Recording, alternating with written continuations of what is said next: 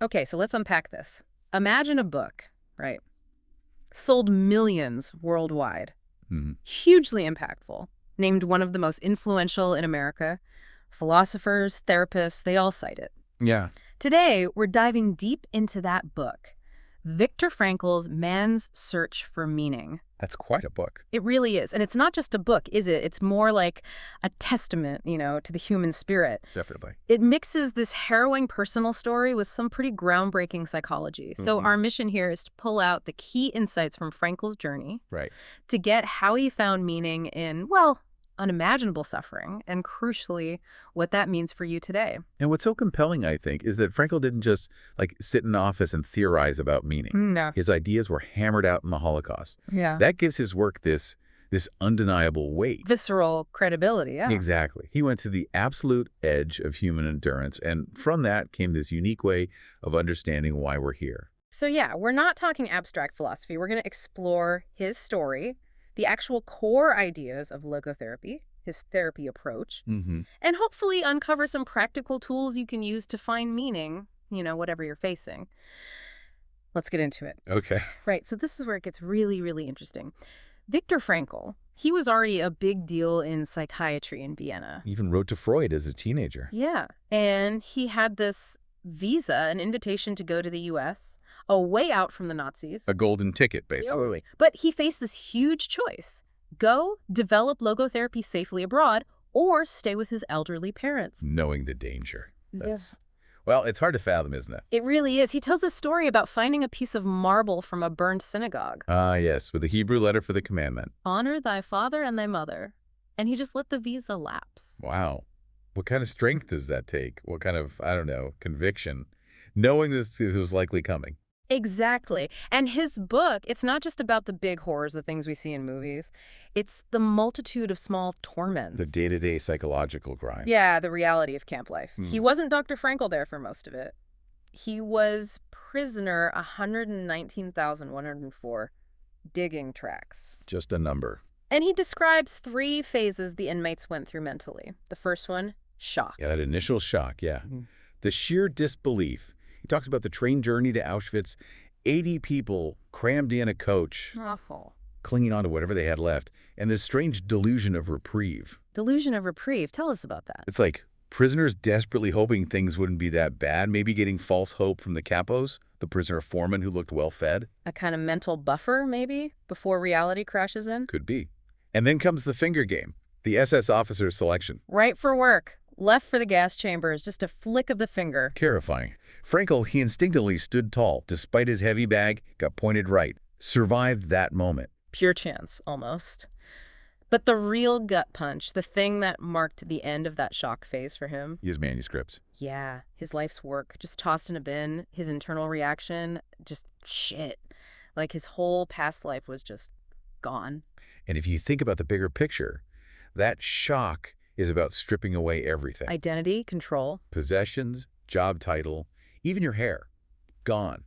You're left with, as he put it, naked existence. Wow. A sudden dive into this totally abnormal world where, even reacting abnormally was kind of normal. It really shows how fragile identity is, doesn't it? How quickly it can all be taken away. Absolutely. Okay, so after the shock, what came next? The second phase he identified. Phase 2 was apathy, a real blunting of emotions, like a necessary protective shell. Protective shell. Yeah. What did that actually look like day to day? Well, he describes watching, with total unconcern, a dead body being stripped for shoes, and then sipping a soup while the corpse stared in the window. Chilling. It really is. The degradation was constant. He said the insults often hurt more than the beatings. Like a guard throwing a stone at him like he was an animal. Rehumanizing. Completely. He called it an emotional death. A primitive survival mode, focused only on staying alive, helping your closest friends maybe. So shutting down parts of yourself just to keep the core intact. Pretty much. But Frankl also noticed, even in that state, moments of deep spiritual feeling could still break through. Really? Even in apathy? Yeah. And he found ways to survive, too, didn't he? He befriended a capo, diagnosed his character. Offered some psychotherapy on the sly? Right. And got a slightly better job, a few extra peas in his soup.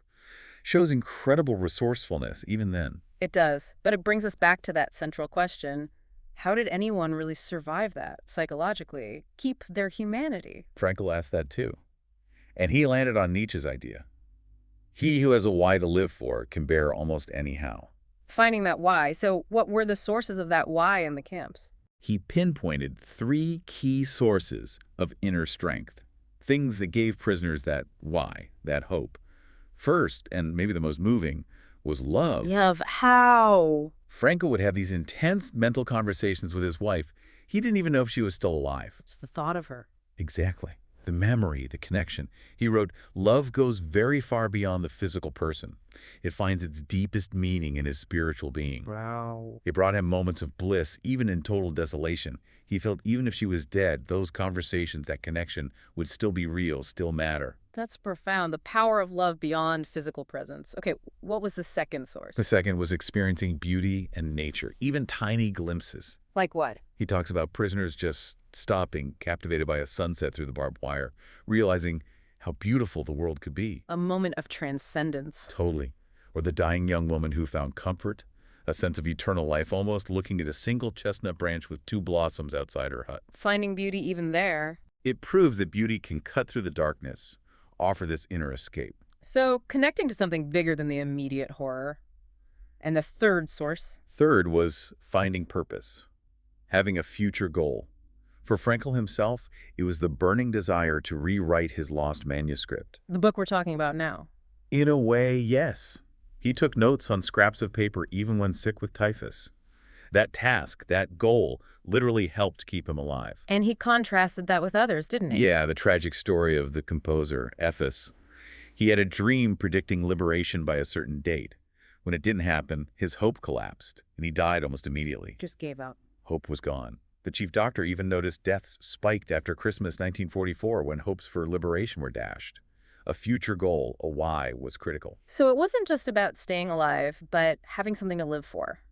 Which leads to maybe his most famous idea. The last of the human freedoms. Exactly.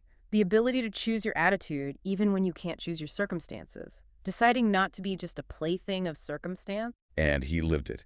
He volunteered for the typhus hut, remember, even though he was weak. Why?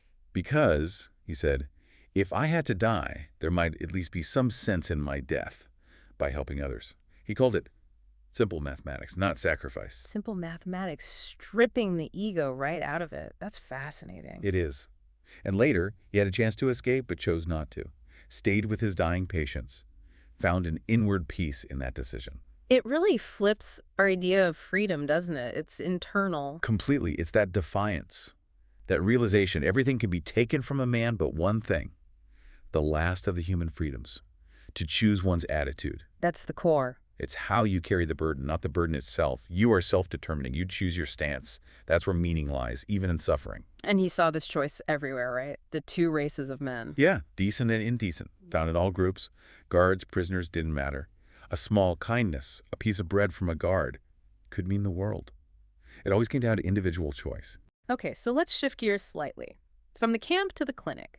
He took these incredibly hard-won insights and formalized them into logotherapy. Right. And his core argument was that our main drive isn't Freud's pleasure principle or Adler's power drive. It's the will to meaning. Exactly. A fundamental human need to find purpose in life. And he had evidence beyond his own story. Oh, yeah. He did polls. One in France, 89% said they needed something to live for. 61% were ready to die for something or someone. Wow. And a Johns Hopkins study found 78% of students put finding meaning above making money. So yeah, this drive is real and powerful. So if this will to meaning is so strong, what happens when people can't find meaning, when it gets frustrated? That leads to what Frankl called the existential vacuum. It's a big thing in modern life, he argued. Inner emptiness, boredom. The Sunday neurosis. That's a classic example. The depression that hits when the busy week stops and you face, the void.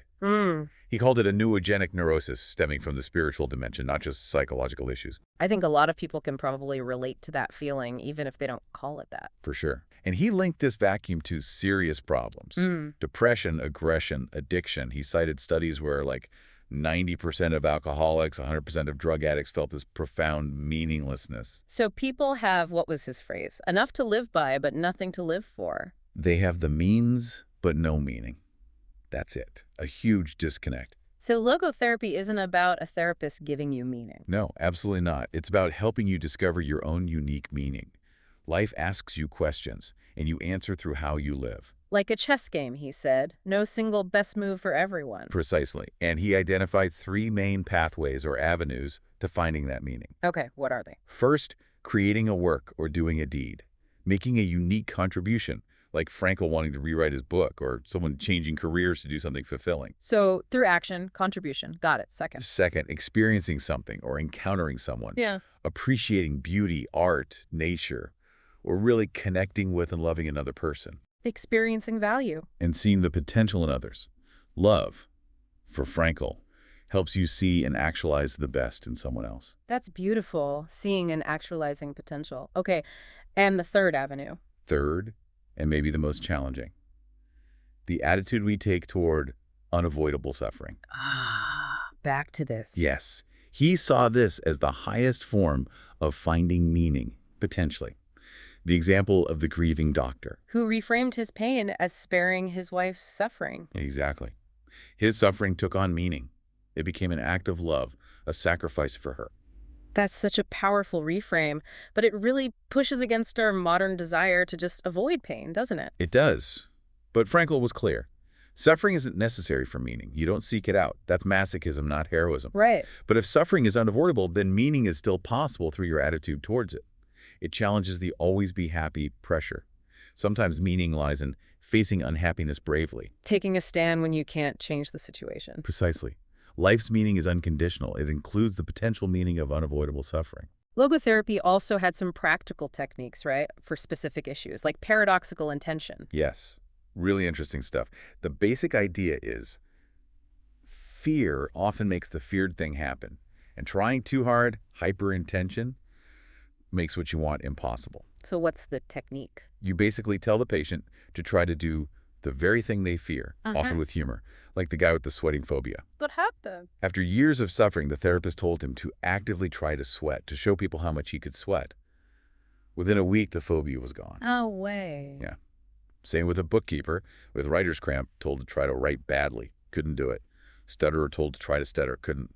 Insomniacs told to try to stay awake. It's like mental judo, using the fear against itself. Exactly. It taps into our ability to detach, to find humor in our symptoms.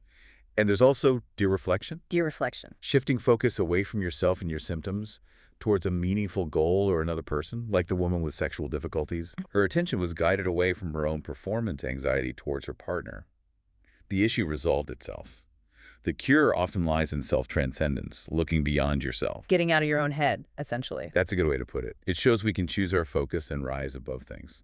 Okay, we need to touch on life after the camps, too. Liberation. Was it just instant relief and joy? Not always. Frankl described a kind of depersonalization. Freedom was a word they dreamed of, but when it came, it felt unreal, lost its meaning almost. That's hard to imagine. Many couldn't feel joy initially. He talks about walking through fields of flowers but feeling nothing, until seeing a colorful rooster sparked something. They had to slowly relearn happiness. Wow. The body reacted first eating ravenously, then the psychological bends, as he called it. Some reacted with primitive anger, others felt bitter when people back home didn't understand, saying things like, "We suffered too." Oof. That must have been crushing. And for many, the people they held on to in memory, the reason they survived, Yeah. they weren't there. They didn't make it back. So liberation itself was another kind of trauma, in a way. A profound re-entry shock, definitely. But even here, Frankl found lessons about human nature, that unconditional value of people. And the potential for change? Yes, that too. The story of the SS commander protected by Jewish prisoners because he's shown kindness. He shows humanity can cross any line. Transcending categories. And the Vienna doctor, Dr. J, known as a mass murderer, who became the best comrade in a Russian prison later. It shows people aren't fixed. Man is ultimately self-determining. We can always choose who we become. That's hopeful. It is, and it all ties into his final concept, tragic optimism. Tragic optimism, Mina. Remaining optimistic despite the tragic triad. Pain, guilt, death. These are unavoidable parts of life. So how do you stay optimistic? By turning suffering into achievement, using guilt as a chance to change for the better, and seeing life's finiteness as a reason to act responsibly now. Finding meaning within the tragedy, not denying it? And those closing words. Since Auschwitz, we know what man is capable of. And since Hiroshima, we know what is at stake. Chilling, but also motivating. Deeply resonant. It reminds us of the depths we can sink to, but also the heights we can reach. The potential for meaning is always there, under any conditions. It's about choosing our attitude, taking responsibility. Yes, rehumanizing how we see ourselves and others, not just as damaged machines, but as beings with freedom and spirit, capable of finding meaning anywhere. So wrapping this up, what's the big takeaway for you listening? Frankl's message seems to be that life is constantly asking you questions. And your answers are your actions, your choices, your attitude. It's not about what you expect from life, But what life expects from you. that really flips the script. It does. His whole life embodied it. When asked his life's meaning, he said, to help others find the meaning of theirs. What a purpose. And a challenge for all of us. He said, man does not simply exist, but always decides what his existence will be. What he will become in the next moment. So the question for you is, what decision, big or small, will you make today to move towards your unique meaning? Something to think about. Definitely. Well, thank you for joining us on this deep dive into Viktor Frankl's Man's Search for Meaning. We hope it gave you some valuable insights for your own journey.